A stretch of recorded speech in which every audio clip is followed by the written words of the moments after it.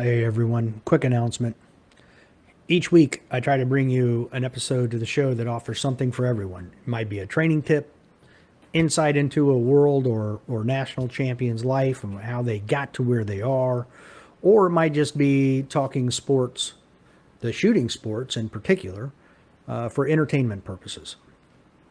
At the bottom of each of my episodes, you will find a Koji link to my website where you can find sponsors, links to guests, things of that nature. Currently, there are three sponsors: Laser App, Gun Butter Lubrication, and now Aim Size Products. I will be putting out a specific episode about Aim Size and their products. But by using the links provided, you indirectly support the podcast without any additional cost to you. As a matter of fact, you typically save money by following those links. They'll give you a discount, and then they'll send a little bit my way just to kind of help with the podcast. The discount link for Hoist is included. However, I don't get anything from Hoist, but I believe in their product, and I feel it's a hydration product for you, which I highly recommend, especially shooting matches in the summertime where it's hot and humid. Now, if you don't use any of the products listed, there is still a way to support the podcast by using the tip button on the Koji link. It surely isn't required. None of this is required, but it is greatly appreciated. I'm trying to make the podcast as professional as possible, which does take time, a lot of time, and money. You can use the link to email me as well, whether you have suggestions for guests or whatever, comments, feedback. Regardless of whether you use a sponsor link or not, I still hope you enjoy the show. Please like it, share it, and give it a 5-star rating if you're so inclined. Thanks. Welcome to this week's edition of the Casual Shooters Podcast, your premier podcast for the casual shooter. I had the pleasure of squatting with this week's guest at Carry Optics and PCC Nationals in 2021. It's been a long road getting him on the show. Why don't you join me in welcoming to the show Luigi Lee. How you doing, Luigi? Oh, goodness. Yeah, man. It's been almost 2 years. Yeah. Yeah. September will be 2 years. Yeah, it's been pretty hectic 2 years. But we're here, we're on, and I think we have a lot to talk about, right? I think so. A whole lot to talk about. Now, so before we get any further, why don't you go ahead and introduce yourself? My name's Luigi Lee. I've been shooting USPSA for a decade.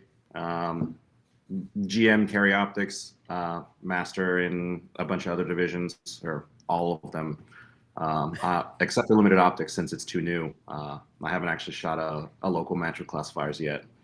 But what do they have? Club 21, I think, is the award or the accolade.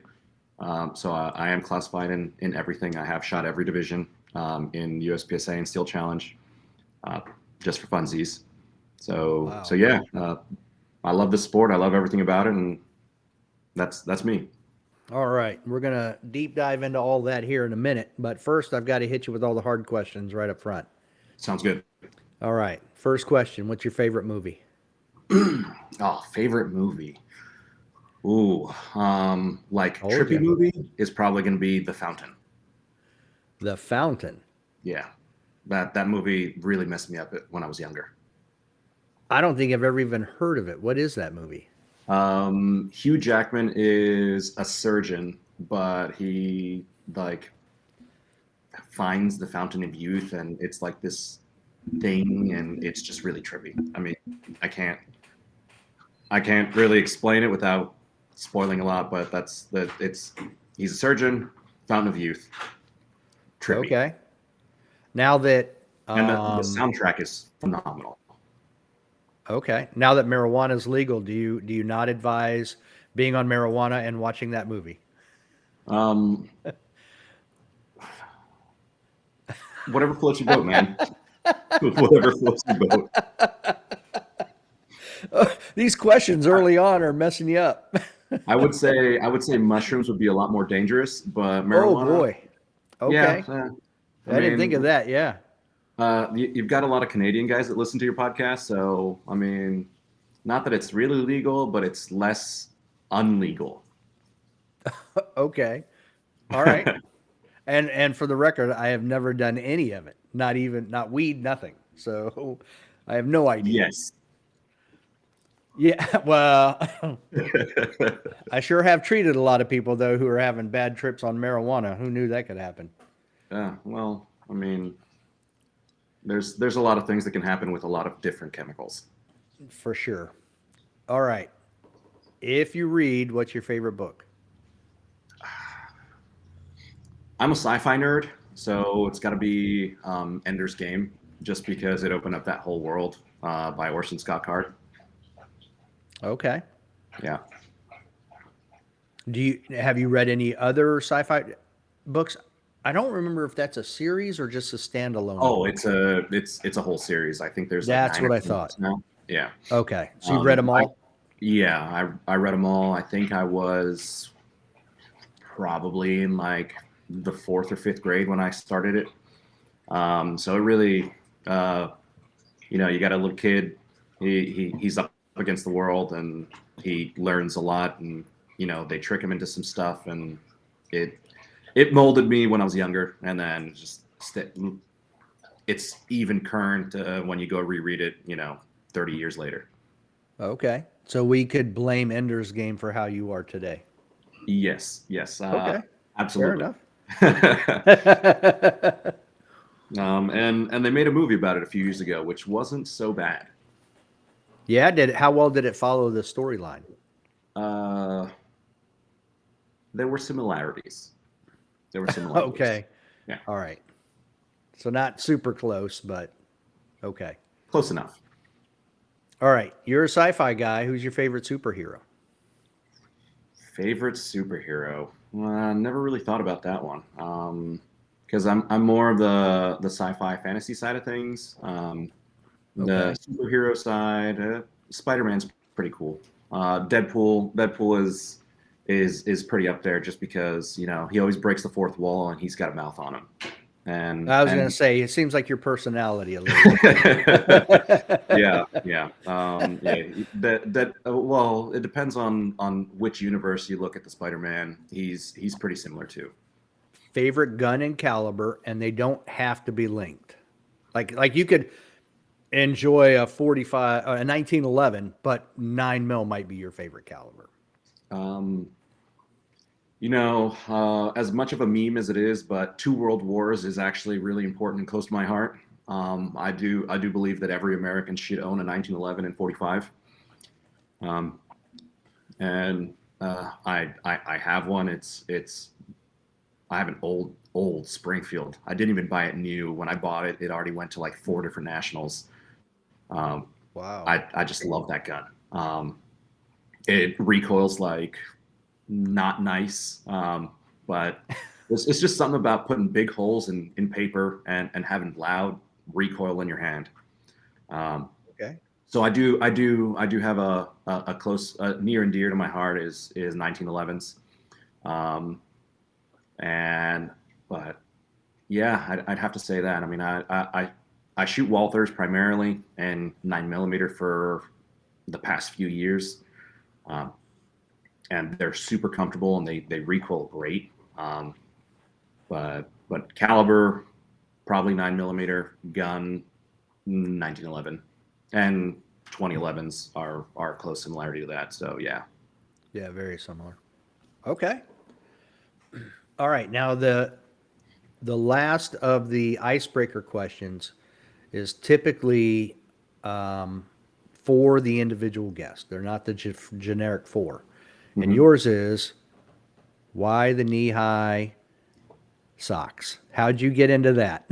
I hate wearing pants, and I live in Florida, so pants are really hot. So you got to have that breeze going.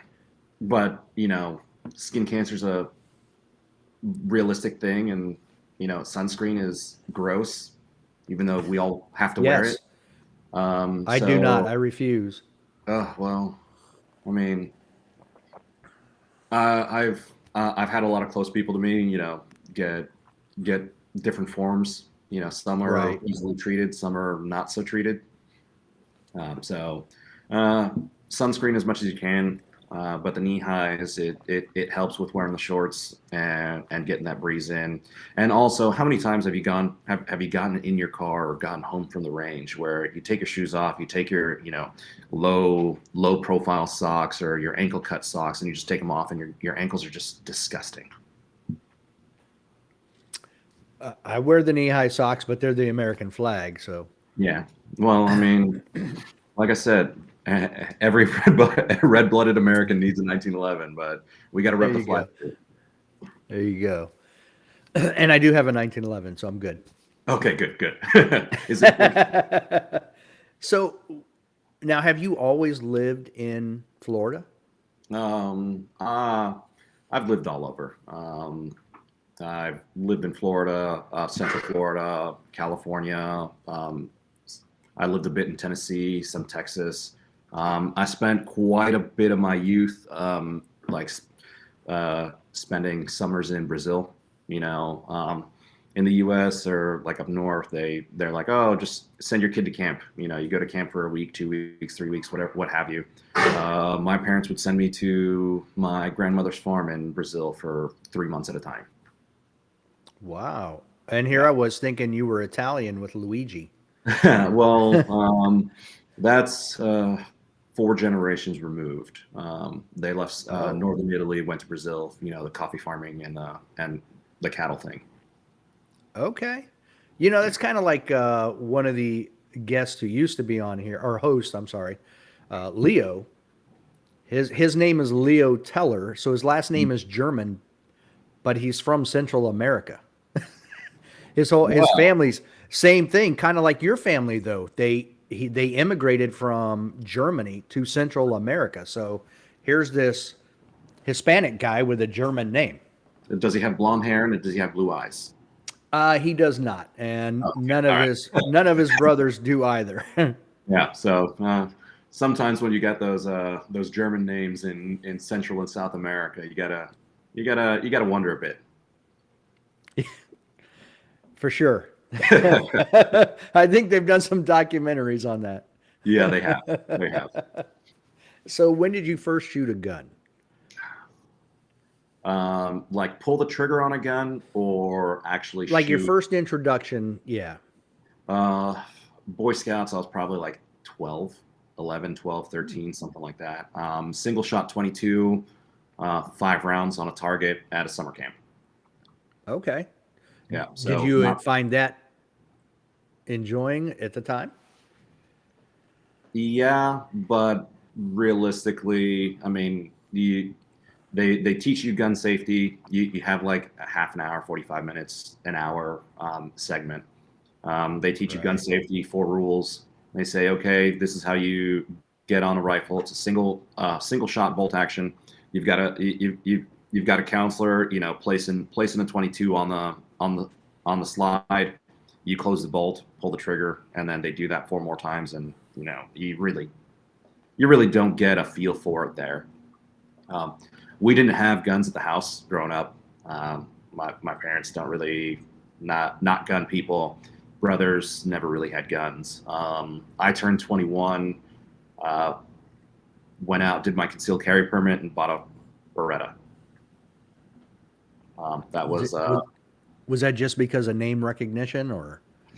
I was going through the Bass Pro Shop catalog, and there was it was on sale, and it was the Beretta M9 25th anniversary Armed Services edition. High polish bluing, or not high polish, but like polished bluing, uh, shiny walnut grips, pewter inlay with the 25th anniversary medallion in it. Yeah, yeah. Okay. I fell in for that consumering trap. Okay. I mean, it's a solid gun. I still have it in the safe. It was the first gun that I ever shot production with. First gun I took to a USPSA match. Hmm. Yeah. Okay. So when you shot that first, okay, well, let's back up. How did you find that match? Okay. So bought my first gun, CCW. I did the CCW in the state of Florida. The requirements for getting your CCW and the class are at the time were abysmal. Um, they had a 10-shot 22 Taurus revolver. They put it on the on in the stall. You went up, you grabbed the revolver, pulled the trigger on a 3-yard humanoid target, one of the just regular paper targets. If you put a hole in the paper, you passed. Wow. Yeah. Um, so you had all 10 shots to do it. Um, and there were some people that were in my class that didn't pass at 3 yards. Um, Wow. yeah. So that was the first time I shot a handgun revolver. It was at the CCW class. Um, Sent in the paperwork, went out, bought a Beretta. Uh, and then took that, went upstairs, bought a box of 9mm, went upstairs, and shot 50 rounds of 9mm at the upstairs gun range at Bass Pro.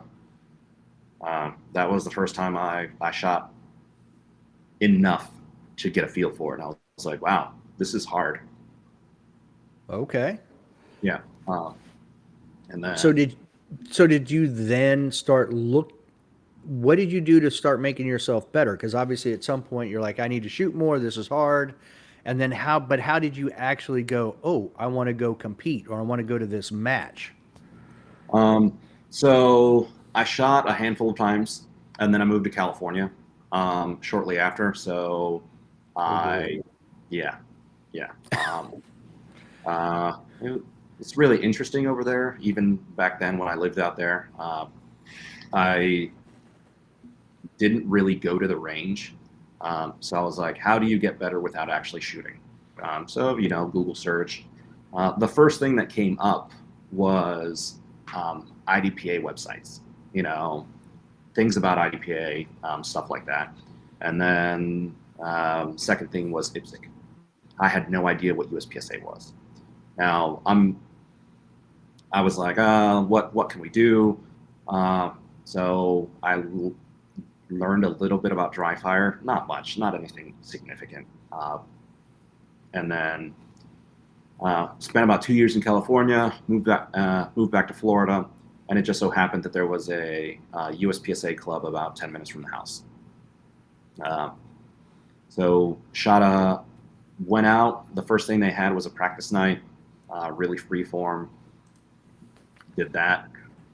Shot like 50 rounds, 100 rounds. Somebody was trying to coach me. No, this is what you should do. This is something better. You should really come out to a match. So I went to a match with my Beretta M9, super slick, shiny walnut grips, and Uncle Mike's paddle holster. That's Oh, it's an Uncle still, Mike. yeah, Uncle Mike's paddle holster. It's still in a box in at the house, and mag pouches were the 500D nylon with Velcro and everything. I was very high speed. Uh, yeah, it was it was very very respectable. Yeah. Um, so I did that, shot that match. I had no idea what the divisions were, the classes were, and unfortunately, when I showed up, it was not as friendly as what I experience now. I Oh was like, wow. hey, I'm new. I don't know what's going on. They're like, oh, okay, all right. What are you shooting? And I was like, a Beretta. How many mags? X amount of mags. Okay, you're on this squad. Show up over there, and you're good to go. I was like, okay. Shot open because I didn't know the divisions. They're like, oh yeah, you're shooting open. I was like, okay.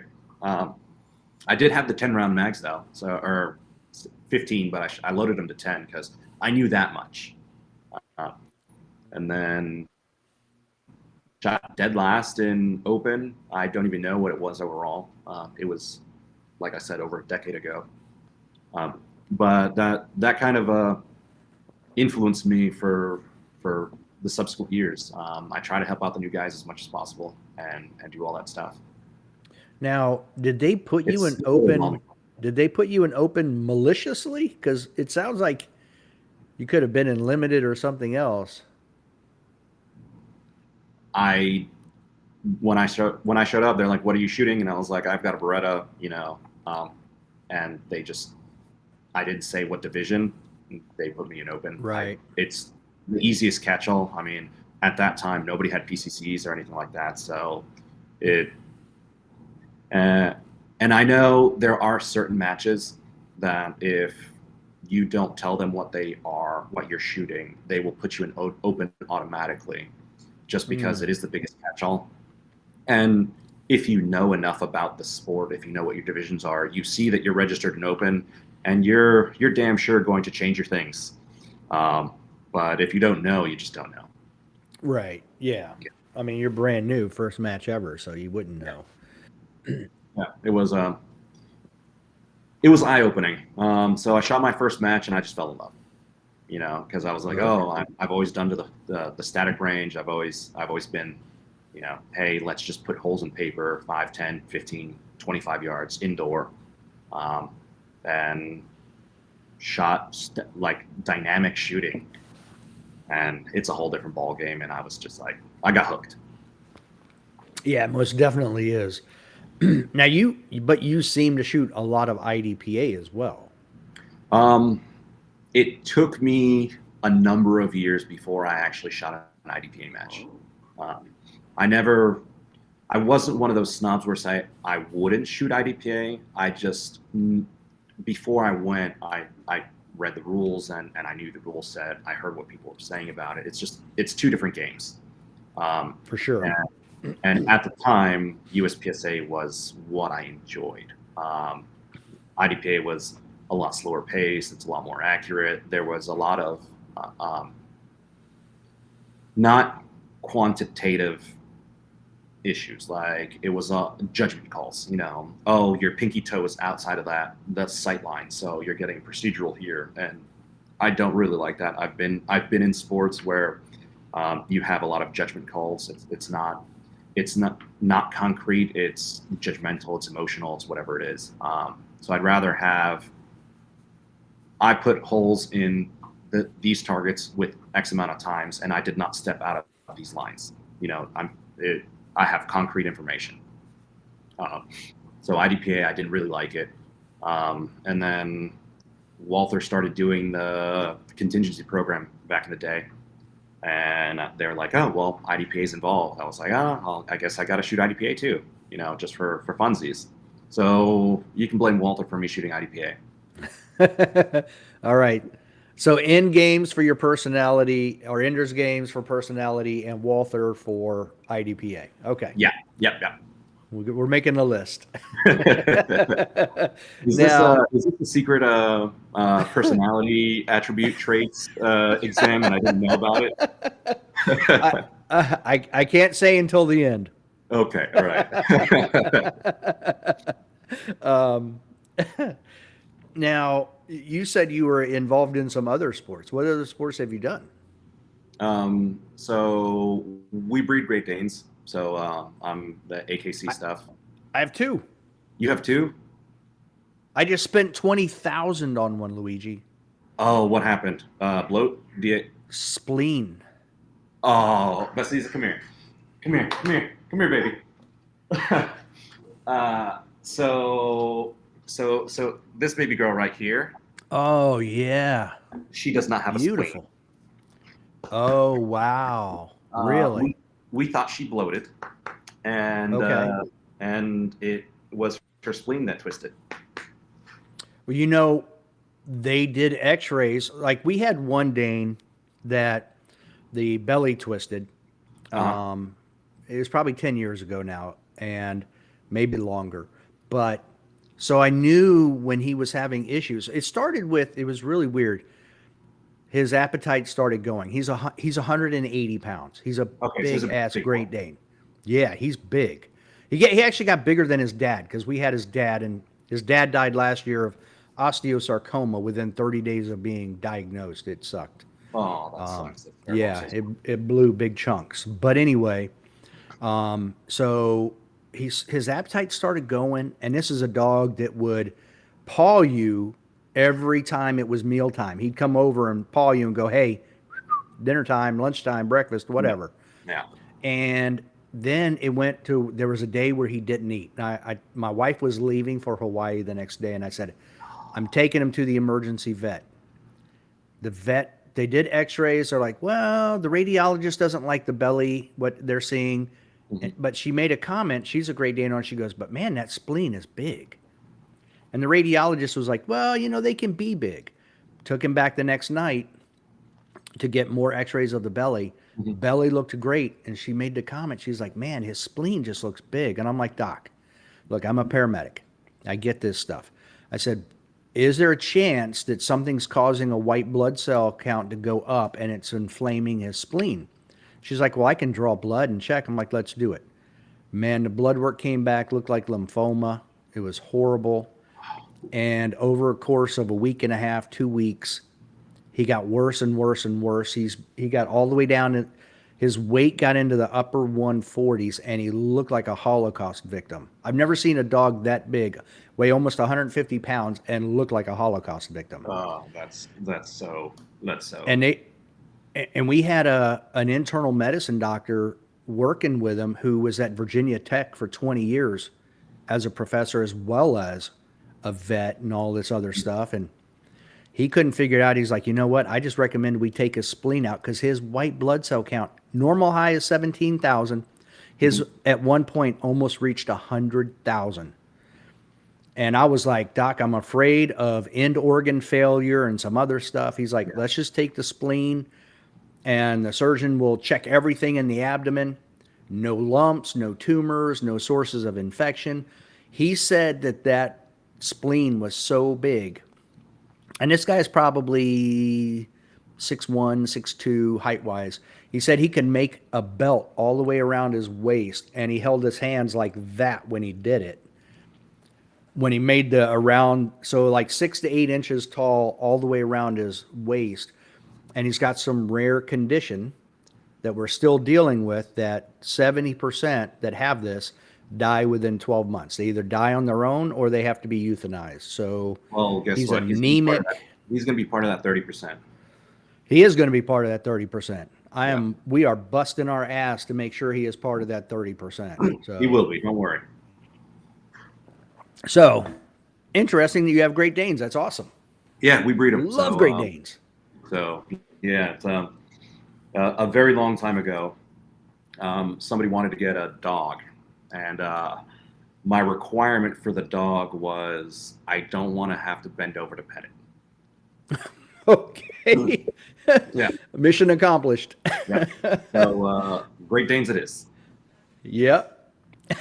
I don't think people realize that they also think they're lap dogs, which I think is awesome. They are. But I mean, for me, it's okay. I don't mind. I'm a pretty big guy, so I can usually handle it.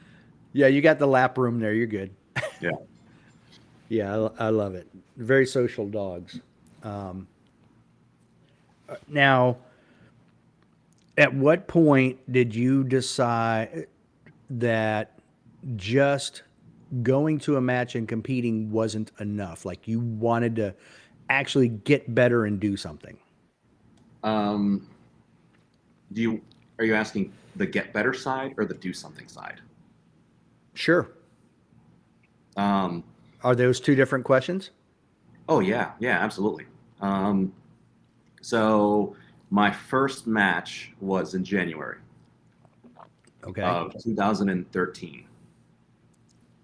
My first major was February of 2013.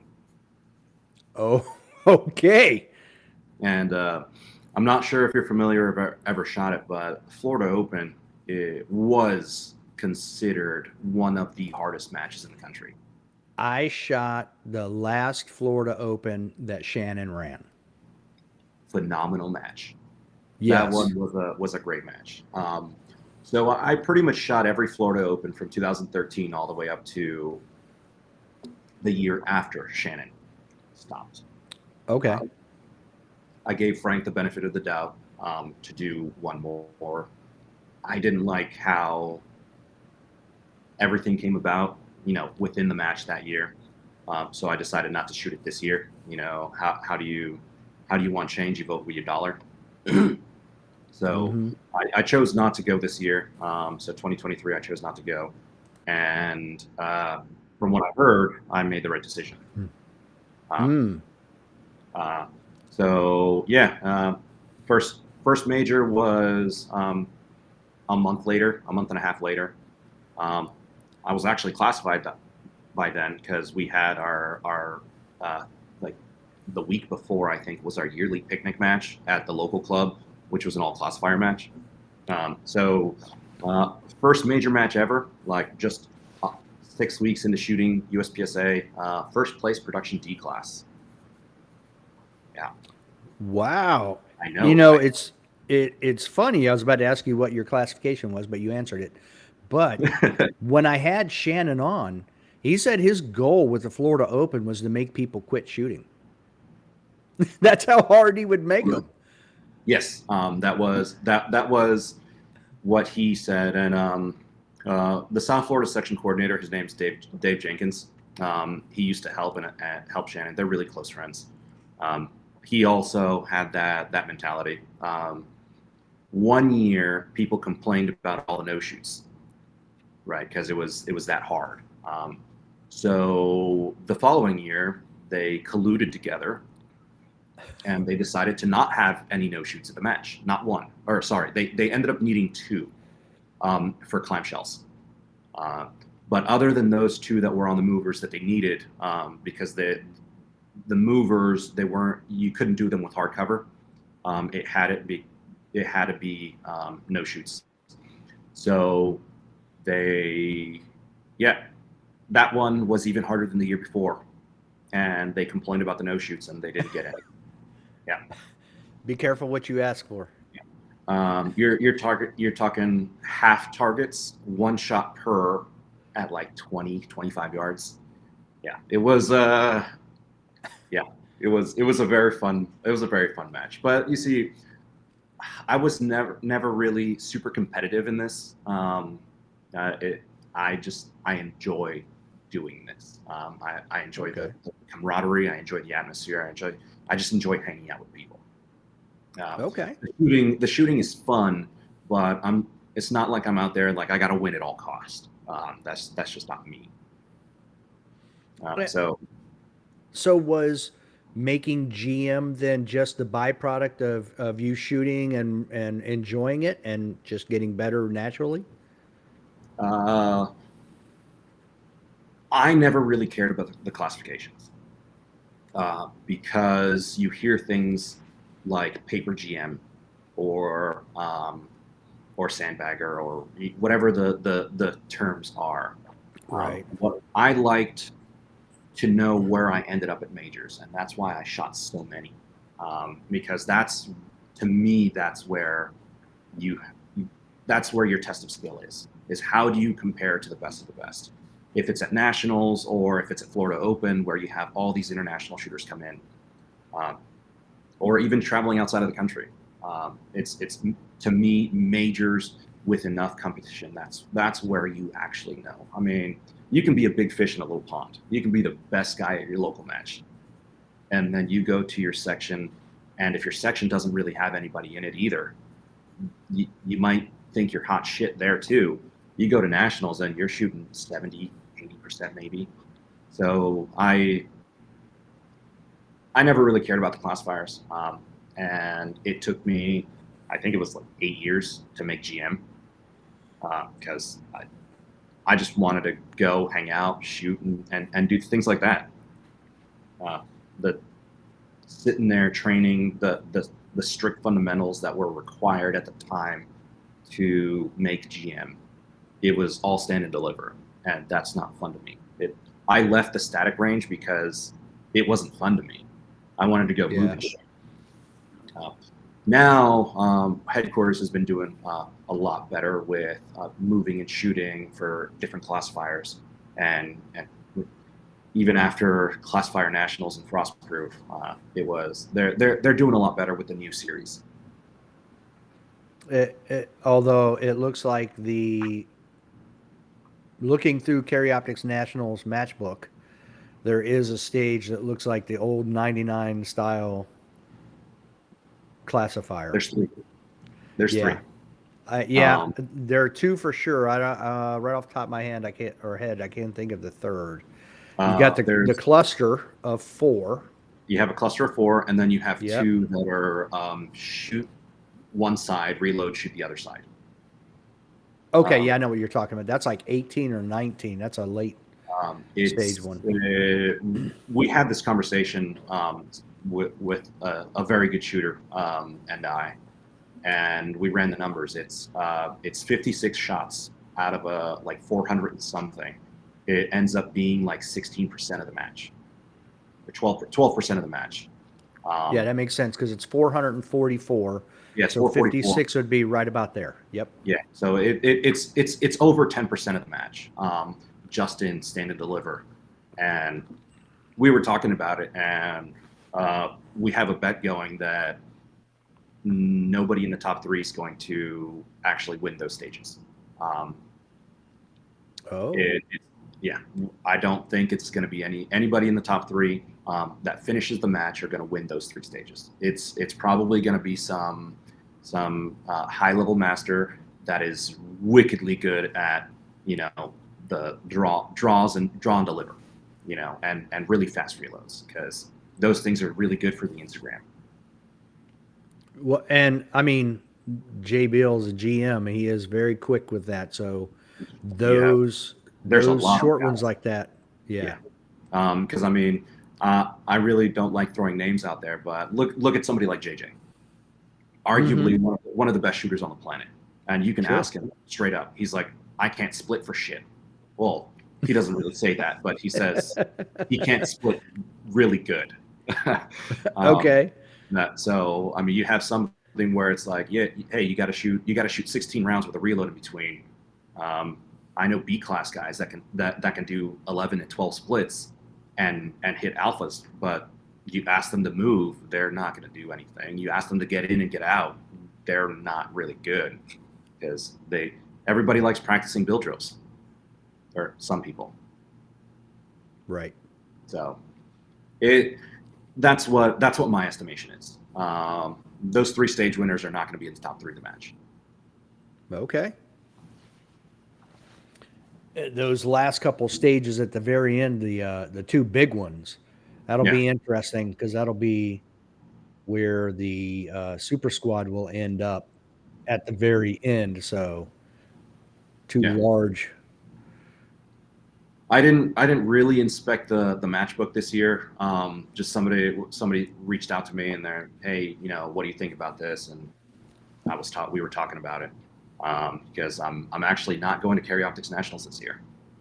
Really? Oh, I'm Yeah, surprised.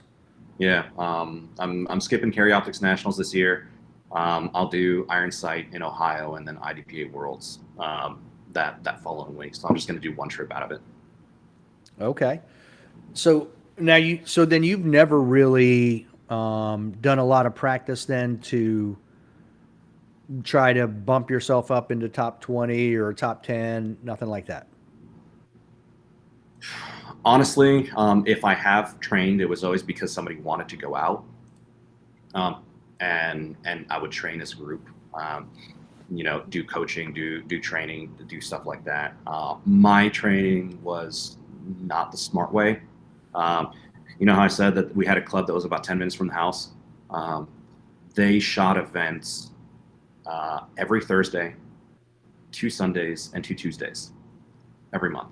So, and then if there was a fifth Sunday of the month that was open, due to calendar reasons, so they would take that over. So I would be on the range 8 to 9 times a month at my local range, 10 minutes away from the house. Um, Between USPSA, Steel Challenge, 3 gun, and they had a training night, um, and then everything that I would travel, the weekends or the majors and all that stuff. So I shot a lot. Um, and that's how I got good. It's Everyone says, oh, you go to training and you need to the first run of the day is the most important. It's your cold run. Well, I would do that every week. Uh, yeah, it's only 100 rounds, 150 rounds, but when you do that often for that long, you get gooder. Right. Now, before we get going too far down that track, I had written a question down earlier when Okay. we were talking about the Florida Open.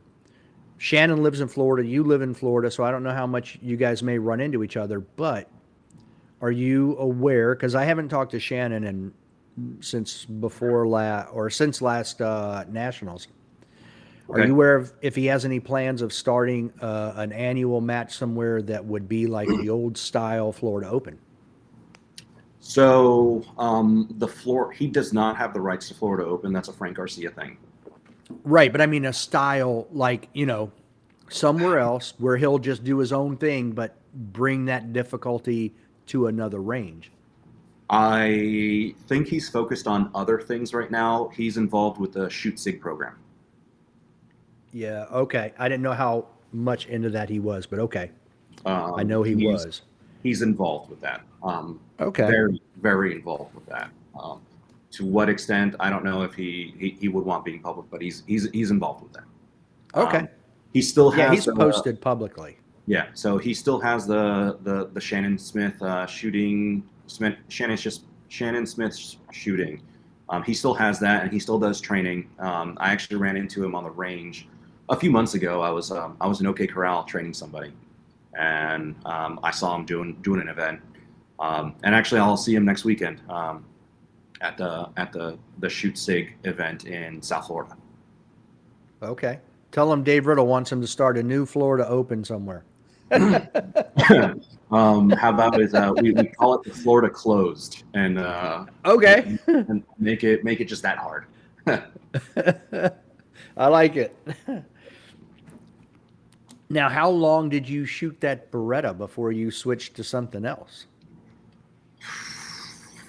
um, you really want to know? I do. So my first match was the beginning of January. My first major was the middle of February, and I had already switched platforms. Okay, what did you switch to? That was quick. Um, well, Uncle Mike's holster, Nice, not shiny, slick grips. nice shiny grips, slick, smooth, slippery, like nylon Velcro pouches. That is really conducive to shooting matches, right? Oh, So absolutely.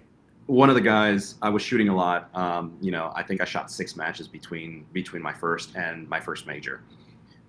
Somebody was like, "Hey, I've got a Glock 34 that I don't use anymore, with a full rig, Blade Tech holster, belt, pouches, 5 mags, enough to shoot production. It had the trigger, it had the sights done. I think the guide rod was done. I don't even know, for like $500. I was like, Okay. all right, yeah, why not? Budget entry. Yeah, it's the starter gun. Um, Yeah. So I bought a Glock 34 and started shooting production with a Glock.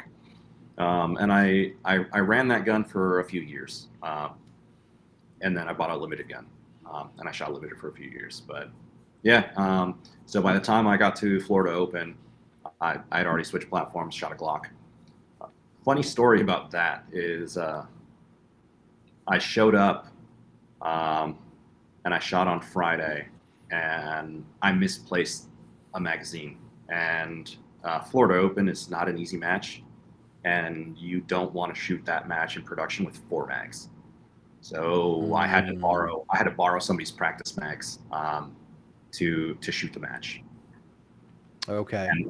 and that was the good intro to how our culture is. Because I mean, somebody I didn't even know that is pretty famous in the sport, just handing me magazines to help a new shooter out.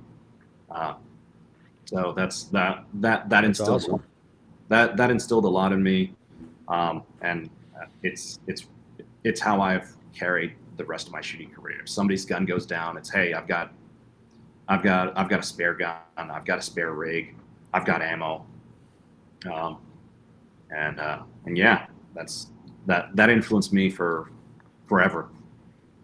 Okay. And for those that have never shot frostproof, it's not just the makeup shots, but man, you get sand in those magazines, and that thing can be out of service till you get a chance to break it down and clean it out. I learned Yep. that the hard way. Yep. So And that match specifically was, hey, you're shooting 4 rounds and you're reloading, you know, because just the next array might be 10, 8. So it wasn't very low cap friendly. right.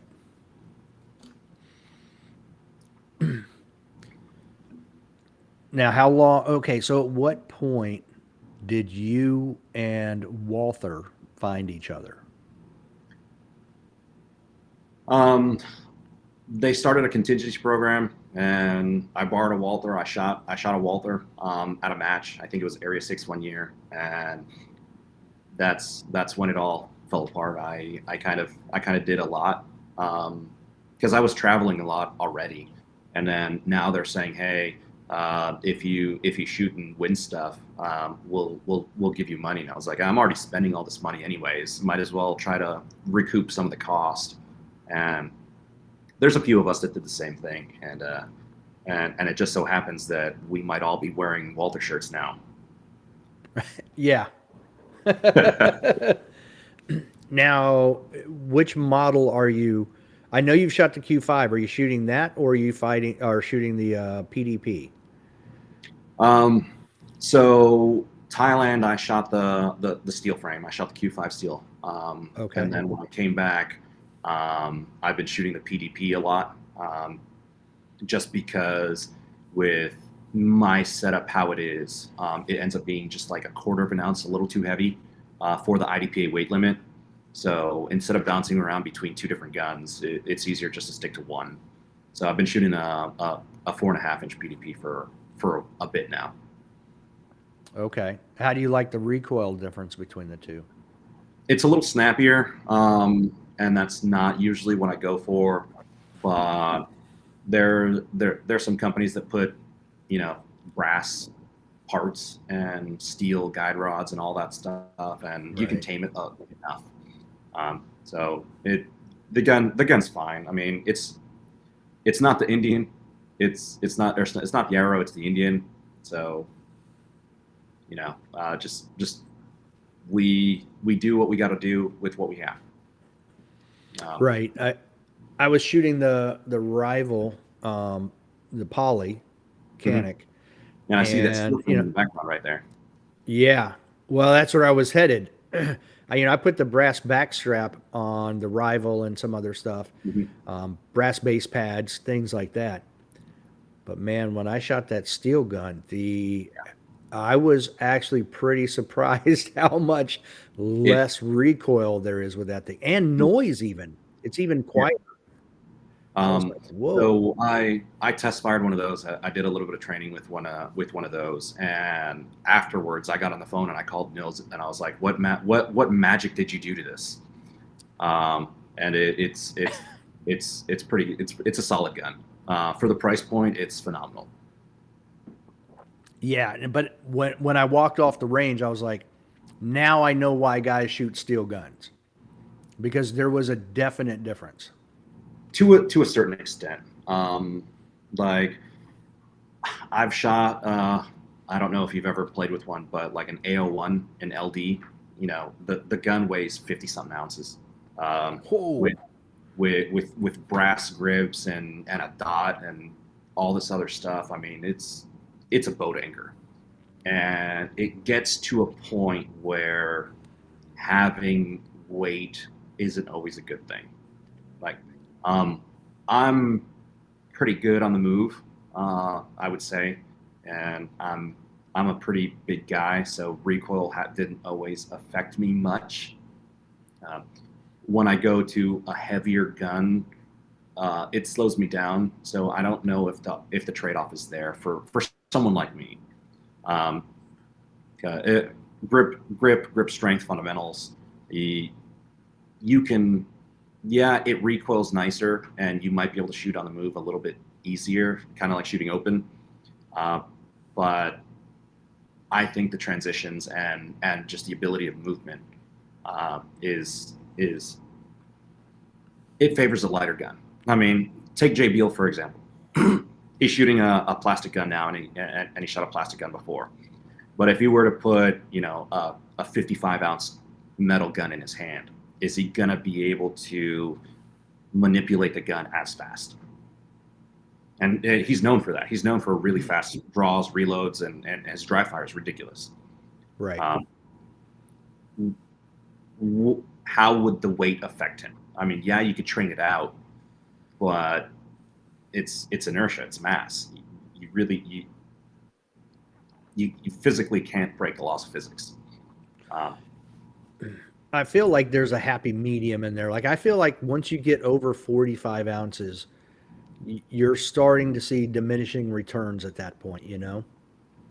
I mean, my limited guns were always about 40 ounces, just like my single stacks. They were always about. I always had all my guns about the same weight when I shot the 1911s and the 2011s. Then everyone started going to the steel grips and all that, and I was just happy with my brass magwell. So about the 40 ounce was where I liked it. It's enough to dampen recoil, but I offset it that. So instead of using like 180 grain for 40, I would shoot 200 or 220s. 9mm, I shoot 147s instead of 124s, just because you can mitigate that felt recoil. Instead of having a snappier, lighter round, you have a heavier, more of a push instead of a snap. Yeah. Are you reloading those yourself or are you buying them? Uh, I've reloaded for a long time, but honestly, it just depends on the timing. If I have the time to reload, I'll reload. But for years, it was cheaper just to buy ammo. And then we had the everything goes away when bad things happen. Mm-hmm. So it's always good to have a stock. And then I'll dig into that when ammo gets scarce. But Okay. I'll buy ammo. I'll load ammo. And shooting is shooting. It doesn't really matter. So you have like your own strategic oil reserve going on with pretty ammo. pretty much. Yeah. Okay. I I mean, like it. That's that's good. the benefit of reloading, right? You just buy it cheap and you stack it deep. Yeah. I mean, and the same thing with ammo. Like I saw a deal a few months back on some reloaded ammo. So I Mhm. bought a couple cases, just for this and that. And you kind of set it aside. And if prices go up for some reason, well, I still have a little bit of some stuff on the side that I can use till I find Yeah. another deal. So, Oh, I found a box that I forgot I bought. It was two cases of 147 grain, uh, coated projectiles. I was like, totally forgot I bought these. They're just in a corner underneath the table. I was like, sweet. I just I just wow. I just found ammo. This is awesome. It's a surprise. It's like finding money in your pocket when you pull your clothes out of the dryer. Absolutely. I know I spent the money, but it's like it. It's out of sight, out of mind, Right. and it's a pleasant surprise. I was so happy. I did a little dance. I was like, yes. Now, how long have you been shooting 147s? Uh, since the beginning. Yeah. Oh, So since the wow. beginning. But I mean, I'll shoot 115s. I'll shoot 124s. I'll shoot whatever's cheap. Because the only way you can dry fire as much as you want, but you need to have live fire to prove your technique. To confirm, And yeah. yeah, and I've known of some people that train with 124s or 135s and shoot 147s in matches just because they want to be able to control that snap and they prefer the sight picture of the slower round. Um, I'm not that bad, but just a gun is a gun and ammo's ammo. Now, are you still currently a sponsored shooter by um, Walther? There's communication. Okay. I do have to ask you a question about your optic. Are you still My running the mailbox. Acro? Yes, I'm still running the acro. Okay. Um, That thing just looks gaudy in that it it's a looks mailbox. very blocky. It's a So mailbox. It's not sexy. right, but I mean, but when you're, you know, running a stage or you're just practicing or whatever, how much vision does that occlude? It doesn't. It It doesn't. doesn't. So no You're, more than like an SRO. you're not looking at the optic. You're looking at the target. Um, Agree. and just because that bevel is thicker, it's negligible. I mean, you're shooting two eyes open. It's the same like some people shoot occluded dots. I mean, how much of your vision are you occluding? It's the same thing. You have a dot in the center of the window, and the rest of your vision's looking at the target. So I I need things that don't break because I break things. I break Okay. things a lot. And I mean, it's one of the reasons why I love the plastic guns now, or like Glocks, Walthers, M&Ps. It, I love that kind of thing. I don't want to have to. I don't want to clean mags. I don't want to have to oil the gun. I don't want to. I mean, I went to Thailand with a dirty gun, and I don't remember how many thousand rounds were through the gun before I went. It's I don't think I took my mags apart when I was in Thailand. And over there it's 15 round mags, so you're using them a lot. And it's like I used to shoot limited, and I shot open for a little bit, so I understand when the mags hit the ground, you take them apart and you clean them, and I just can't stand it. I don't like it. So, okay. I wanted to talk about World Shoot and the next World Shoot later, but I got to interject now with this one. How many magazines did you take to Thailand? Um, I took eight, four per gun. I took two guns. I took eight. I took eight magazines. I only used four. Um, Okay. my current belt setup is three pouches and a magnet. So I only used four. IPSC has this weird rule where base pads can only be negligible weight. There is no there is no declared weight addition that you can have for base pads. So you either use the factory pads or you change them out. And if the range master decides that they weigh too much, they might DQ you for having illegal mags, or not DQ. They might bump you to open for that. So I took eight mags, um, four from the steel frame, the Pro, that have the little black +2 extensions, and then I had four that they're Walther branded, but they're made by Taylor Freelance. That I got them from the Walther website. Uh, and at one point, we got some communication that it was 25 grams that you could have on top of that. And I think those base pads weighed like 30. So I'm literally in the garage like 3 or 4 days before I leave with a power drill and just drilling holes into my base pad, trying to make Wow. 25 grams. And my kitchen scale is not super accurate, and my reloading scale is that's too heavy for it. So I was like, these say 25, but I'm not sure. And then when I got there, I was like, you know what? I have four mags. It's IPSC. That's 60 rounds. I'm good. So I only used four. Okay. Wow. So I assume then those are aluminum that are 30, 25, or 30 grams. Uh, no, they're steel, but they're like they're all hollow, and the locking mechanism is not weighed because it's on the spring. Uh, the the the Taylor Freelance ones were they just routed out enough, but it's really chunky aluminum. Okay. So the aluminum ones were too heavy. The steel ones were fine. Interesting. Okay. Yeah. Now, do you still work in the industry?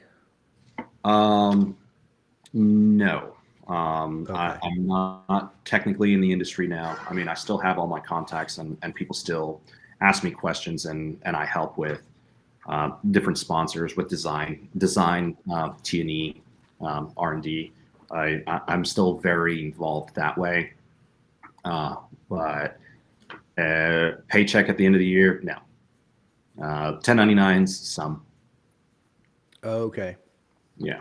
All right. Because I at SHOT Show I did stop by um, a booth and asked if you were there, and they said no, but I assumed you still worked for Oh no, no, said no. company. Not there any longer.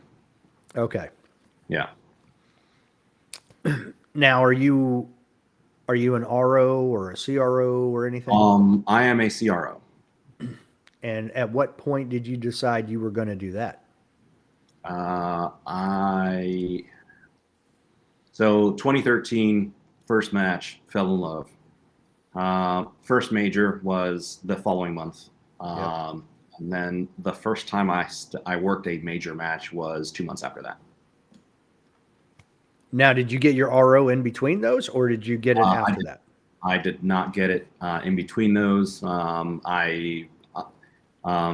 Webb, our managing director right now, she was the match director or one of the match directors for Area 6 when it was in St. Augustine in 2013.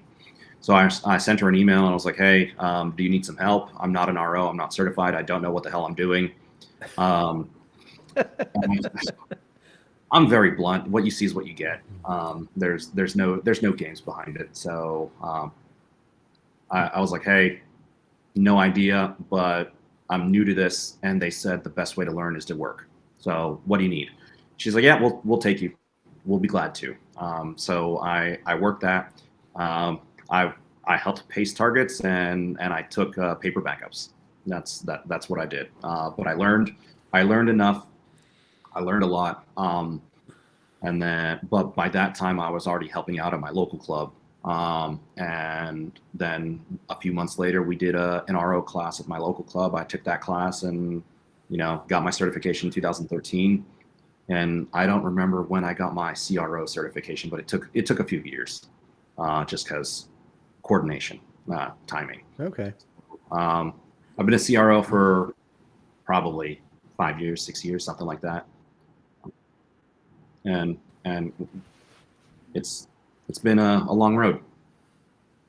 Any plans on becoming a range master and maybe doing your own Florida Open style Uh, match? so I actually got into the RM program, and Oh, I got into the RM program a few years ago. But new job, life stuff, COVID hit. I dropped out. okay. Yeah, That's understandable. I couldn't finish it. Maybe in the future, but hopefully, I'll be in a different position and not be a range master in the future. Okay. Okay. Yeah, just saying. We'll see what Now, happens. when I squatted with you, I know you're blunt, and I appreciate that. Like I like that about people. Just because I'm the same way. I'm not going to play any games. I'm just going to tell you yes or no or whatever. So I appreciated that, and you seem to get along with everybody there on the squad. But do you find at times that there are people in the organization that don't appreciate your personality Not and being usually. that way, just being bluntly honest? Not usually. For the most part, I'm fine with the majority of the people I meet. Very, very infrequently will you see that there's an issue, and if there is an issue, then we just don't deal with. We'll like, hey, you keep your space, I'll keep mine, and I'm not gonna sit there and pick at it. I sort of understand dynamics, and it's like, oh well, if we don't have to, we won't. Um, and then if we have to, then hey, I can understand, you know, social dynamics to say, hey, I have to treat you a little differently. If you need a gold star, I can give you a gold star. Well, and so from my own experience, like I just said about squatting with you at nationals, we didn't see each other until the next nationals. But when we saw each other, you were all smiles, and you extended your hand. We chatted, so I don't foresee your personality ever being an issue. But I know there are people, because Yeah. I've had the issue where, they do want a softer, gentler approach than the honest, because I've had to deal with the same thing even at work myself. So Yeah. Um, I can wrap you up in a blanket and I can swaddle you if you need. I don't well, I you don't are way ahead of me. I don't like it because it's 2023, grow up. But again, it's 2023. You, Yeah, you, you, exactly. I just it's easier just not to deal with it. But if you have to, then you need to understand how to speak to people. And for the most part, um, yeah, I'm loud, I'm blunt, I'm happy, but I don't have to be in your face about it. Yeah, and I don't feel that you are. So yeah, that's a plus. Yeah. So let's go ahead. Uh, no, I was just gonna say that there's some people that they don't know how to control that. They are going to be in your face even if you don't want it to be. It's like Right. you don't want it, all right, I'm out. Bye. Now, let's talk world shoot. Okay. Let's talk Thailand. All So right. what division? I've got your shirt right behind him, so I know what you shot. But for people listening, Um, uh, so I was on the production optics team. If you look at the shirt, it'll say PO heavy, which I it does. I don't understand what division that is, but you know, um, it was just production optics and production optics light were the two things. But since we shoot USPSA and we don't really follow the IPSC divisions and rules, we always refer to it stateside as pr- production optics heavy or production optics light to delineate which ones. Now we don't have that issue because IPSC did not choose to renew light, so now it's just production optics, just like carry optics. So I shot PO, the heavy one. I shot a steel frame, which did not exclude you from shooting a lighter gun. So I could have shot a PDP. I could have shot a PDP if I wanted to, but I had that entire year just on the heavy gun. I was like, I'm not going to change before. Right. And I like the IPSC 15 rounds. But only when you have the IPSC rule format for the stages. Okay. So if you're not shooting an IPSC match, then you don't want that set of rules. Uh, in the recent past, I've noticed that a lot of matches tend to be higher round count stages and a lot of more hosey stuff. Um, IPSC's usually has the 3-2-1 rule stage format, where Right. for every 32 round field course or long course, you have 2 medium and 3 small or 3 shorts. So out of 6 stages, you shooting 15 rounds, you have 16 in the gun. Out of 6 stages, you may only need to reload once because 12 rounds and under, you shouldn't have to reload. And on the medium courses, it's 13 to 20, 13 to 20, 13 to 22, something like that. And you might have to reload on one of them, but 16 round field courses are normal. So yeah, just run the gun dry if you don't miss. Yeah. So That's a big if. yeah, but it's your choice to run the gun dry. I mean, but like I just shot the Italian nationals, and I think it was a 12 round stage or 13 round stage, and I reloaded twice. Um, not because it was the smart thing to do, just because it was the comfortable thing to do for me. Um, and Interesting. yeah, but the rule sets are different, so you just got to play within their rules. Um, All right. Well, let's not move past that real quick. So, on a short stage like that, what was it that made you decide you were going to reload twice? It wasn't mandatory, I take it. No, it wasn't. It was just a bunch of steel, and then there were some movers and a weird activator, 2 movers and 2 weird activators, and I just reloaded twice. Yeah, I Okay. didn't. It wasn't planned. It was just no. It was a on the fly call. You know, you shoot production for a number of years, and you step and you reload. Now, so I have a question about another IPSC rule, having to stay within the boundaries, within the shooting area. Mm-hmm. Do you find that that neutralizes some of people's athleticism and makes it more of a more equitable thing, or do you think it is the exact opposite and it highlights people who are more athletic? So USPSA, you have free range. You can do whatever you Correct. want. Um, Yep. Anywhere. you as a stage designer need to build it to make them do what you want. You can't tell them to do what you want. Right. In IPSC, you can build it to do what you want by making the shooting area in a certain way. Correct. So if, let's say, you're going to make a horseshoe stage in USPSA, and you want somebody to have to go through the horseshoe, you have to put a barrier down the entire middle of the stage. Even if you wanted to give them the option of shooting like far shots, right?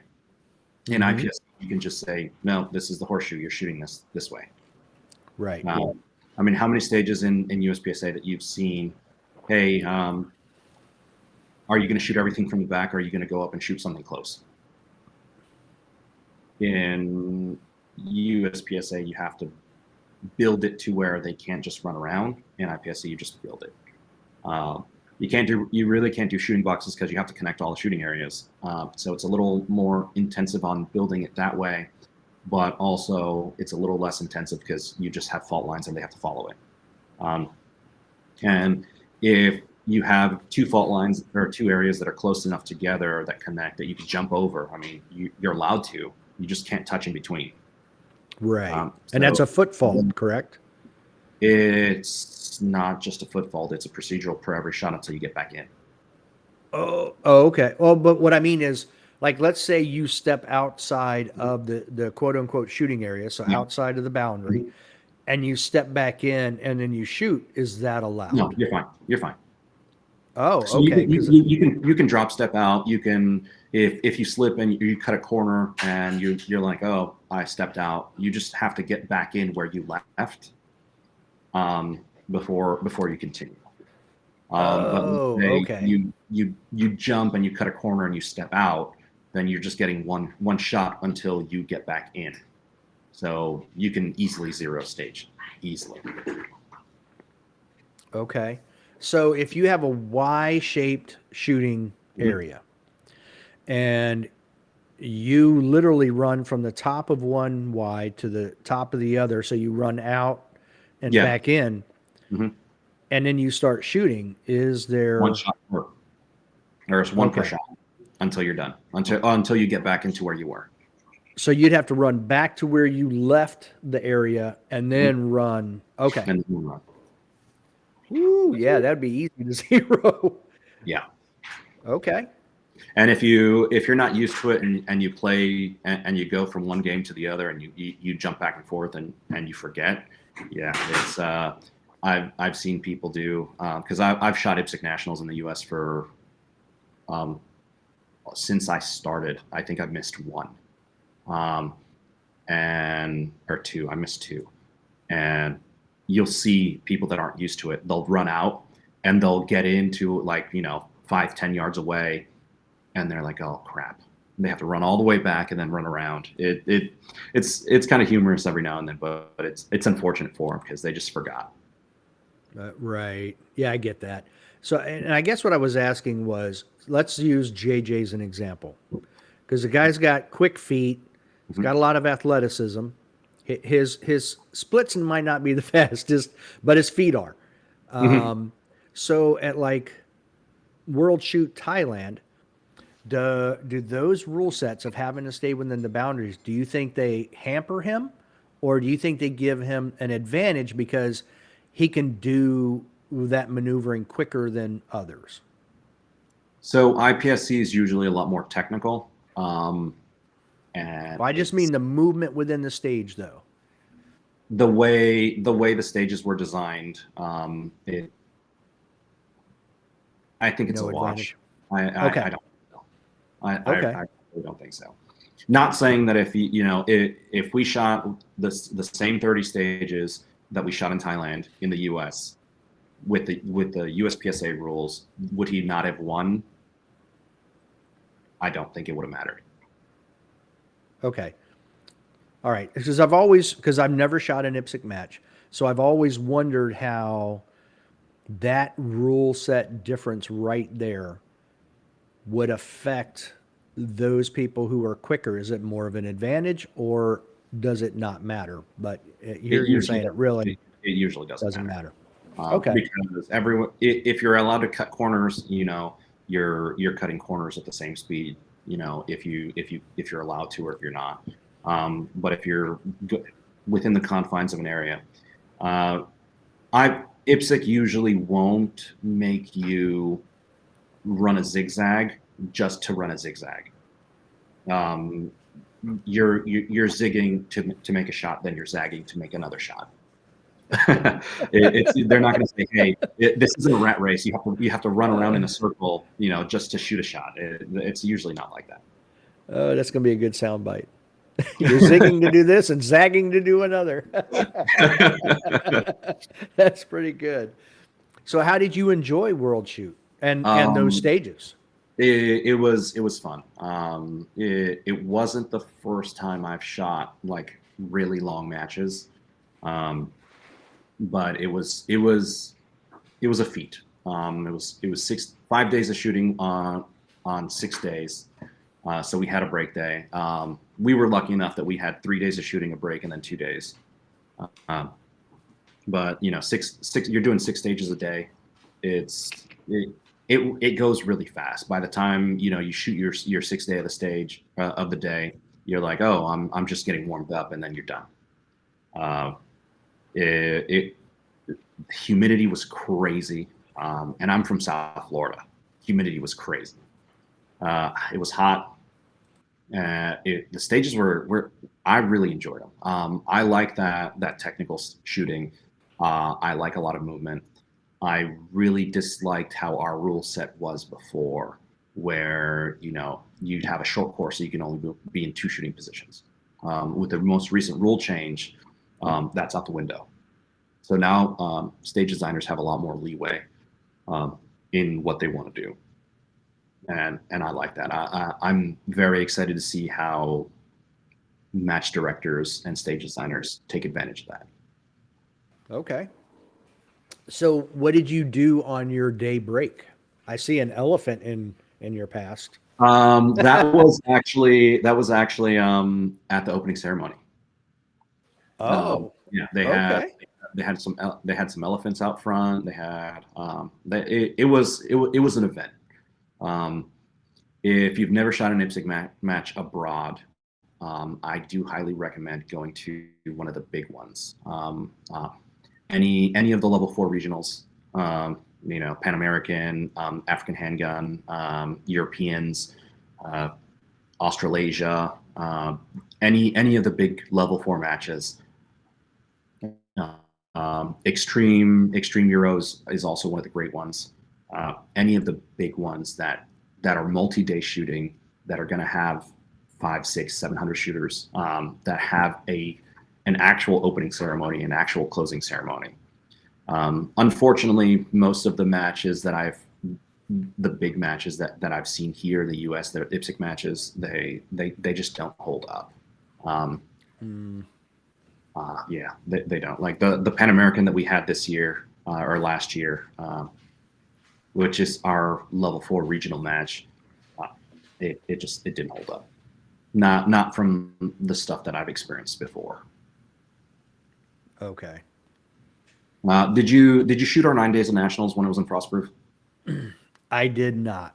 Okay. I That was more on par with what I've seen. Because we didn't really have an opening ceremony, but we were on the range for 9 days. So they rented out the convention hall. Yeah, it was 45 minutes away, 40 minutes away, but they had a big presentation, a nice awards banquet. It was just a nice event. So I likened that setup, that match that we had in 2018, 2019, whatever it was, to being something that I would be proud of having an event of. Okay. I think it was one of the matches that we had in Utah as well, where we had the awards at the golf course.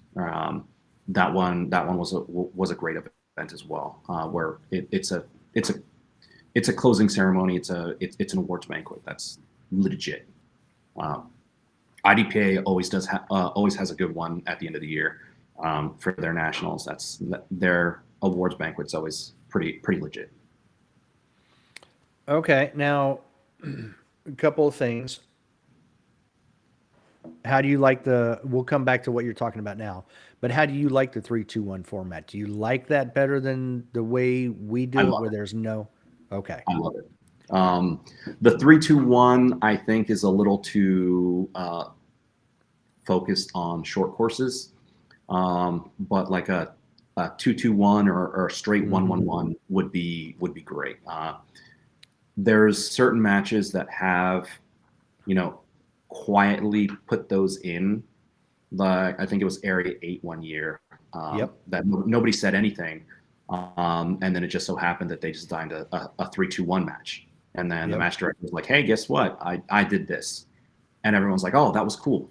You had some people complain, "Oh, why are there so many small courses?" But he worked within the rule set to design a pretty good match with what we had at the time and still have that 3-2-1 ish.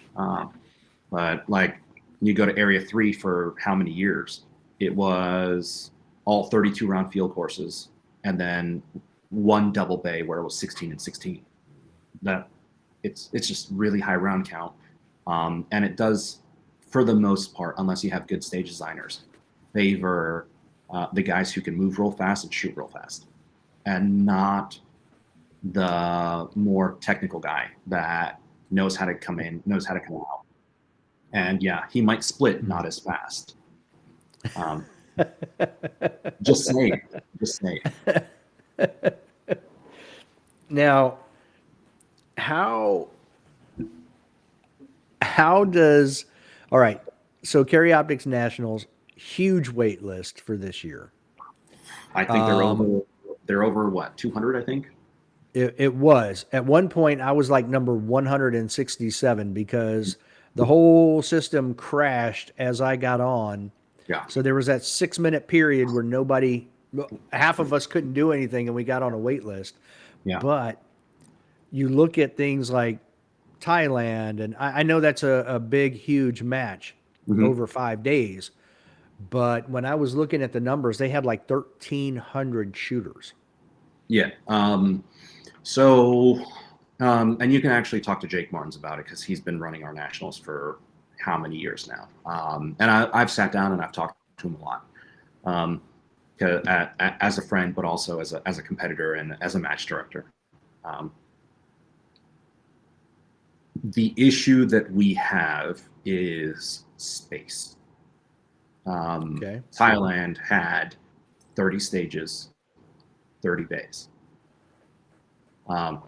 If you have six bays per shooting day, and you have 10 shooters per squad, that's 60 per stage, 60 per day, in that little area. You have 5 zones, you have 5 zones. That's 300 per half day format. That's 600 total there, and then we're limited by the space that we have. Now, the only ways of making it bigger, or any of our matches bigger, is finding a range with more bays, or making the match longer. And we did it with 9 days of nationals, where we had 3 different national matches back to back to back. And if you add all those shooters up, you get something that's on par. But we had 3 different matches instead of just one. Right. And then you have to take into consideration staff. How are you going to staff the event? Because World Shoot, we had 2 to 3 ROs plus 4 to 5 helpers on every stage. That's 30 stages. You're talking 150, 200 like people working. When was the last time you saw a match with that much staff? That's a lot of staff. It is. I mean, you go abroad and it's really cheap to get setup help or reset help. It's not always. Everyone talks about IPSC is so great because you don't reset. Um, Sometimes having staff reset isn't always the greatest thing if they don't know what they're doing. But then you look at matches like South Carolina, Georgia State. I think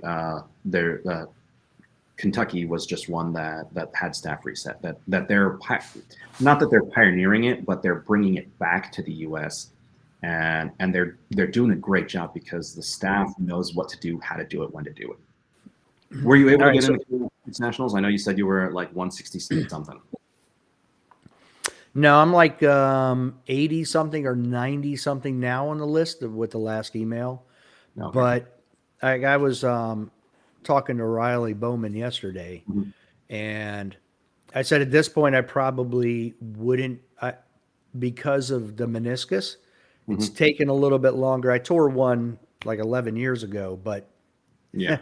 11 years is a lot of time to add to your age for the healing process. Yeah. So it's taking longer for this one to heal up than it did the other And one. So at this point, I'm like, I don't even think I could do it anyway. yeah. Um, it's always tough, especially when it's hardcore. That's the division that you're in, and you wanna stick with it. And I mean, nationals is always great just to see. And this year it's going to be a lot of heavy hitters. And Oh yeah. there's a handful, like it's probably 20 dudes, 25 dudes or sorry, 25 people that have a solid option of putting it together and winning. I mean, just like Open Nationals last year, you always get somebody that's like, we didn't really think, but he had a shot, and then it's like, oh, they win. Um, Yeah. there's 20 to 30 that are, if they put together a clean match and a good match, they have the shot of winning. Like realistically, it'll be fun to see. Yeah, it's going to be fun to track for sure. So now I know um, you're going to be in the debate tomorrow Yeah, and running for president. Now, would you? That seems to be their main, other than chairing the board meetings. It seems like their other big task is nationals. Would you want to see something like a 9 days of nationals again, where it's more of a production and what yeah. you've seen? Oh, Okay. absolutely. The big thing is the finances. That's the biggest thing. I Right. mean, as a business owner, you have to see where money is and how money's going. Um, Personal experience, helping businesses, um, all that stuff. You you need to look at the historical information, and you need to talk to the people that haven't done it. Jake Martins is still employed. Uh, he he's still involved. I mean, uh, he ran our. I think Carry Optics Nationals is going to be the last one he is running, and then he's going to hand it over to, or he was supposed to hand it over to the president and the managing director. But he's still there, and he has a lot of information and a lot of history behind it. We need to know how much nationals are costing. We need to know what the expenses are, an accurate estimation of what the expenses are, or what have been, and we need to see what worked and what didn't work with 9 days. Would I love seeing a 2 week long national event with all of the divisions present? Yeah, I mean, it would be cool. Is it feasible? Not really. I mean, as it is now, you're going to go shoot 3 days. You're taking off a day of travel before, a day of travel after, and if you're really serious about it, you're doing 2 days before. So in case flights, you miss a gun, you miss ammo, you want to walk your stages, you do all that stuff. So even if it's on the weekend, you're still missing 4 days of work at least. Um, Right. if that is your only nationals, okay, you might that's half of your vacation time, a quarter of your vacation time for the year. What if you want to shoot more than one? You know, hey, I shoot carry optics. Well, carry optics has a very big crossover with limited optics. What if there are two individual matches that you want to go shoot, or you shoot 2011s? A lot of people shoot open and limited, and they shoot them together, or they shoot them separately. Um, Back in the day, single stack classic nationals was always in April, um, or May. It was always in May, but that was the off-season division. You would go shoot that match, and then you would go get in and train for whatever normal nationals you wanted to do. It, it it it's something that we would have to discuss and have an open forum with membership to see what they would want. Would I like it? Yeah. Is it feasible and is what I would try to do? I'm not so sure. Yeah, I feel almost like all of the iron sight divisions are. So I've been tracking, just utilizing. I've been seeing that. Okay, I just updated it with all the matches going on this weekend, Mm-hmm. and it's like all the iron sights are less than 10% of total participation. So I Yeah. almost feel like you'd have to clump them together in one, and then you have open PCC and carry optics.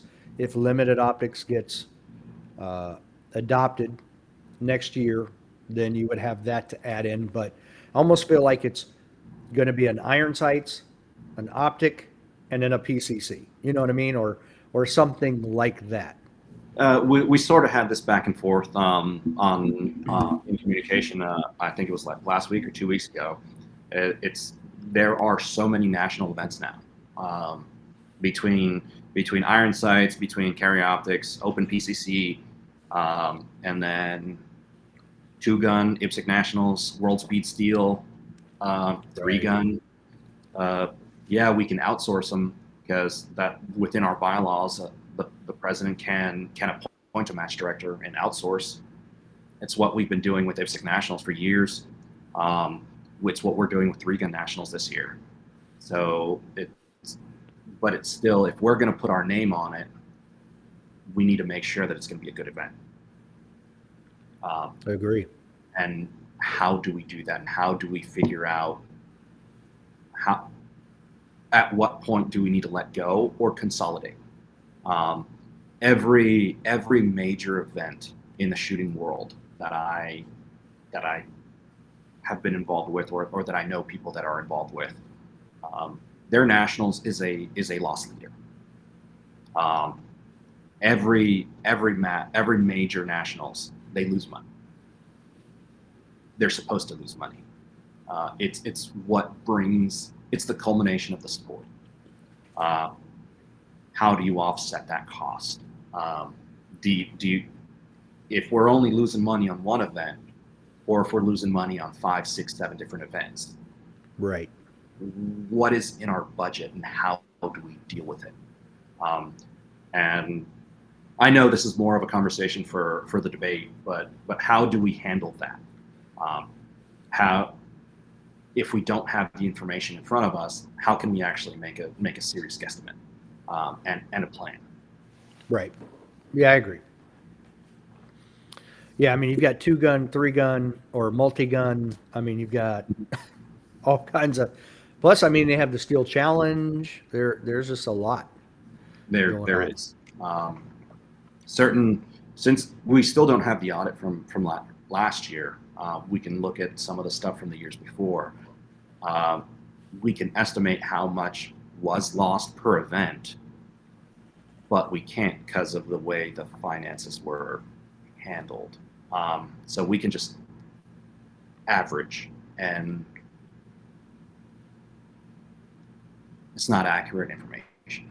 That's the only Right. thing. Right. Now Unfortunately.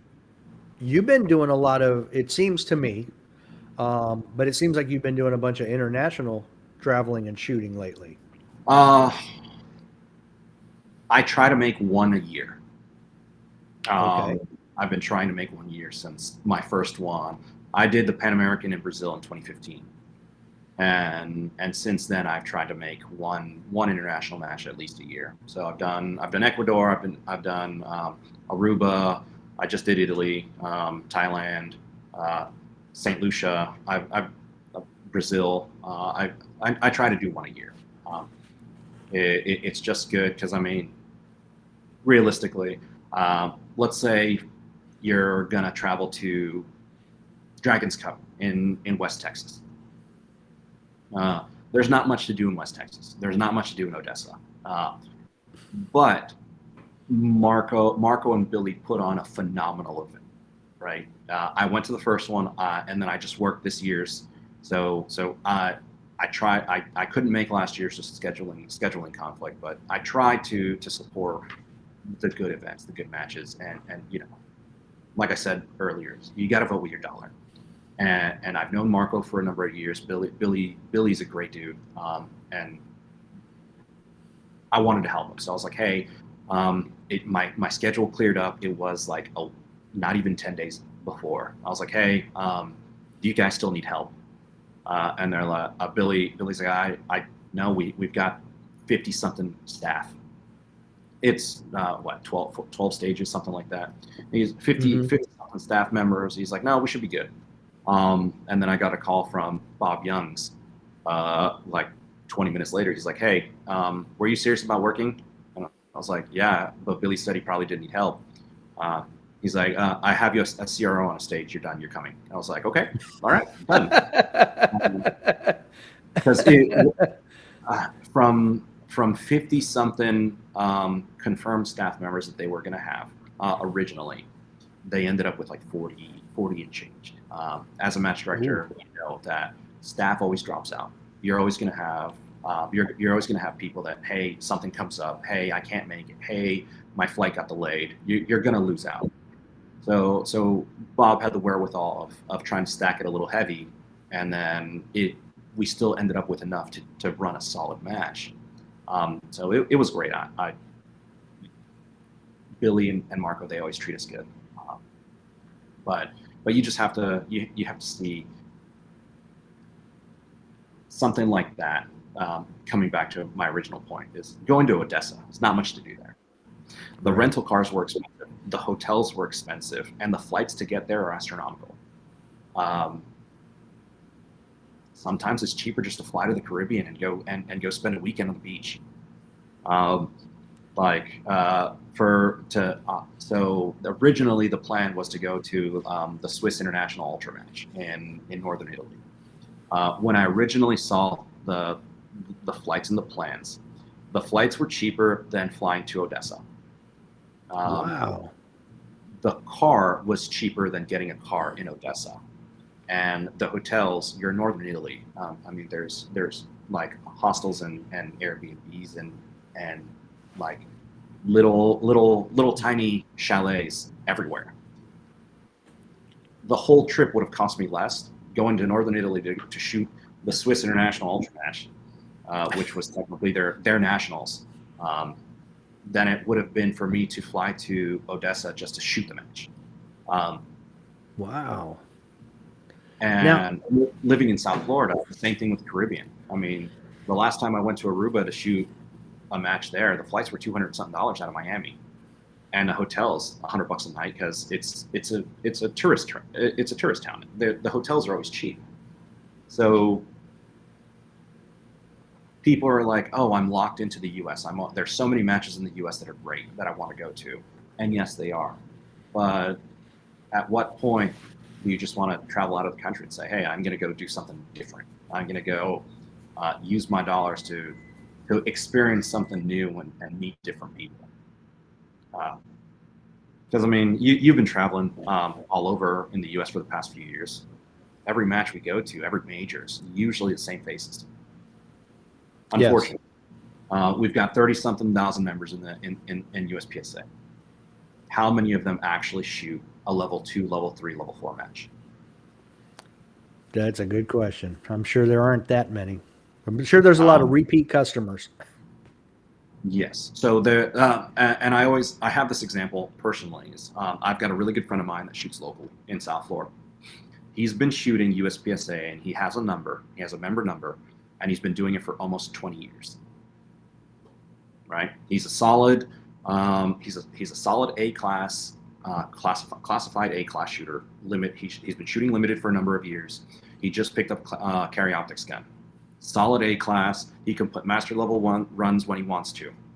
That man has never shot outside of my local club in 20 years. But he's one of the most hardcore. I need to shoot my classifiers. I need to know how I stack up on the national level. But he's never shot outside of my local club. Has he told you why? Travel, work schedule, family life. He just can't, you know. Okay. And we were really restricted in South Florida. If we want to shoot a real, like, let's say you live in Miami, close to the airport, to get to the nearest club that shoots a solid match, you're looking at almost 2 hours. And if you work nights, if you work weekends, it's just not doable. Right. Yeah, I work a terrible schedule, so I know how that works. Now, paramedic, right? Yeah.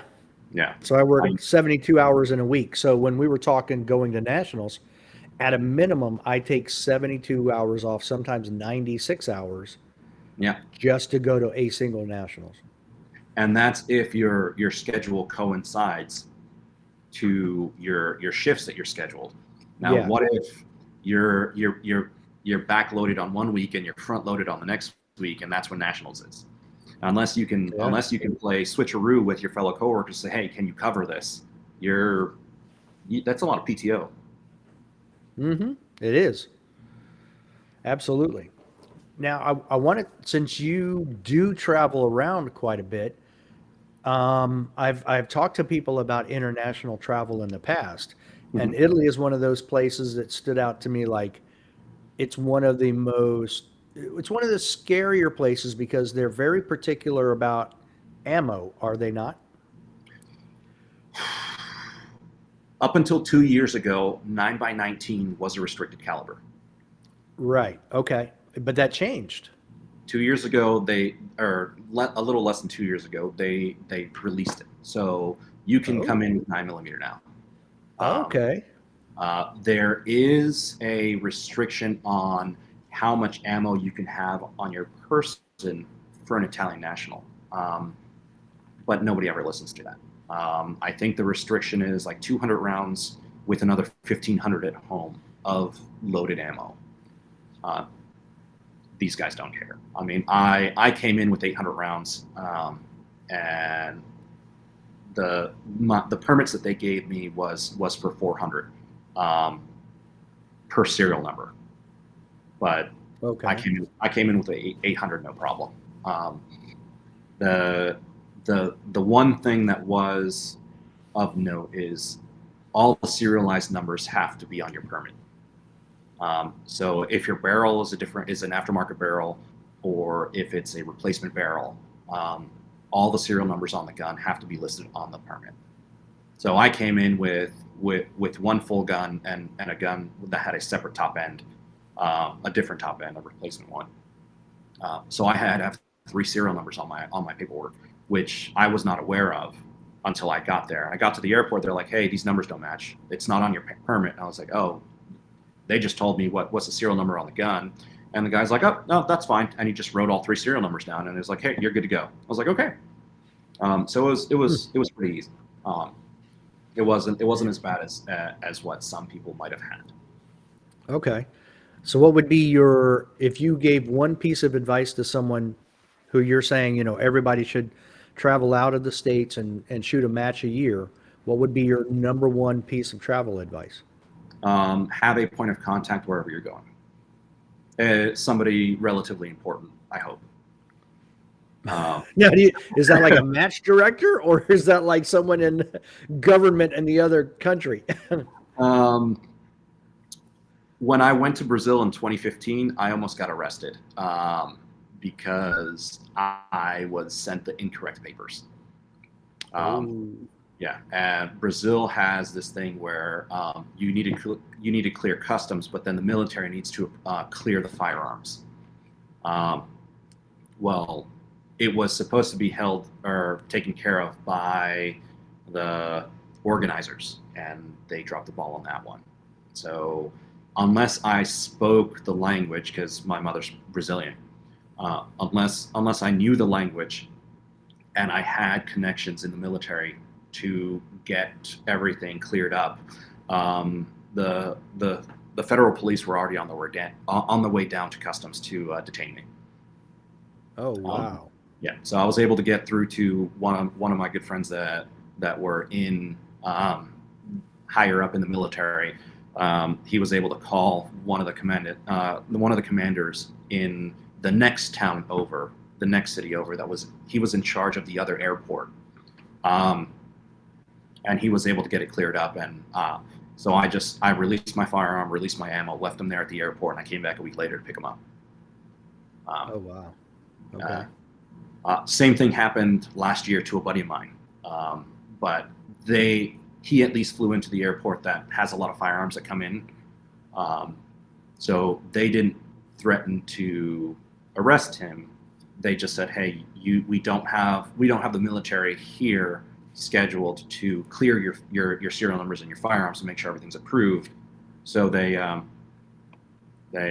he just released his firearms. I had to borrow a gun to shoot the match and all that stuff. And that just happened last year. So Wow. it's you knowing somebody that has some pull, either a match director or a solid point of contact that has connections, would be the best thing.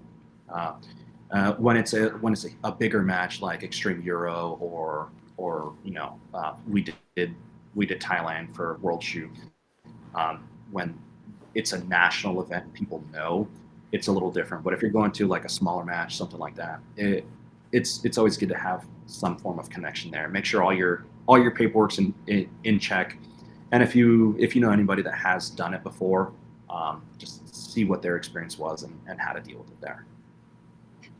Now, what are your thoughts on the USPSA expanding their international travel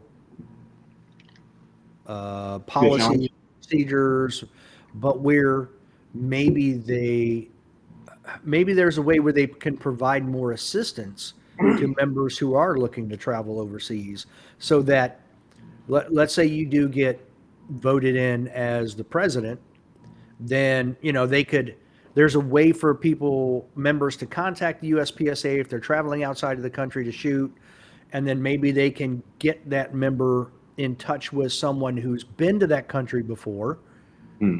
and then give them advice or help them through the process. You know what I mean? So technically, um, if you're a member of a region and you want to shoot in a different region, the official way is you have to get permission from your regional director. So the So president of the USPSA. as our bylaws have it, but yes, it's the one and the Right. same. But officially, we already have to go through headquarters.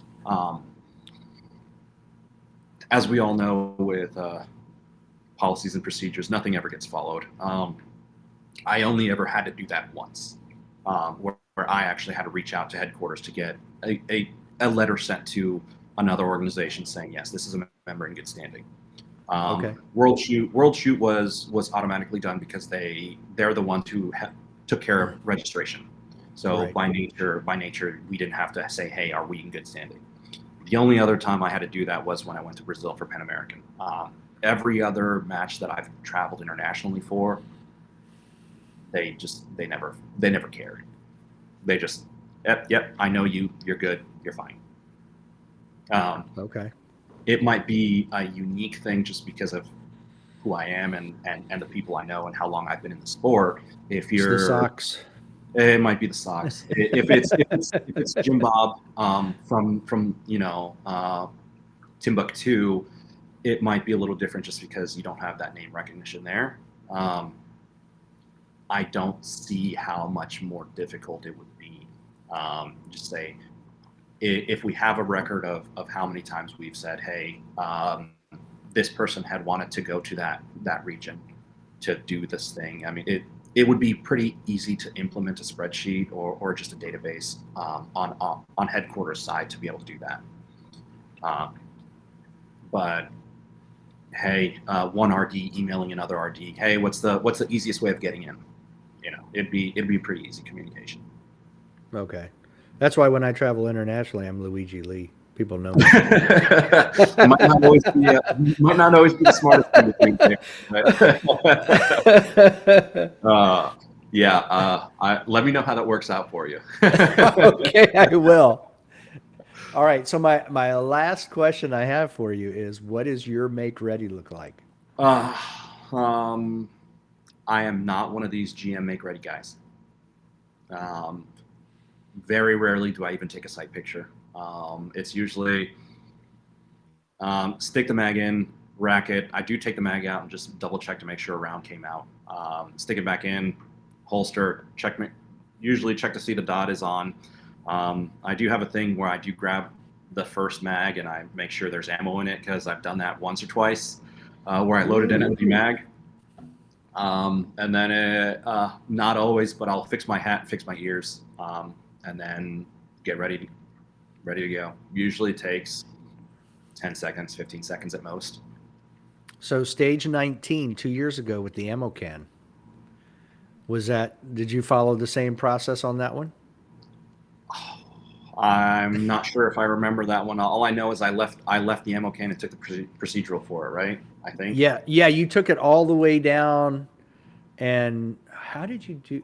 Oh, yeah. I think you did just Yeah, drop it and run down yeah, and you triggered the activator with your yeah, foot. yeah. I just stepped on it.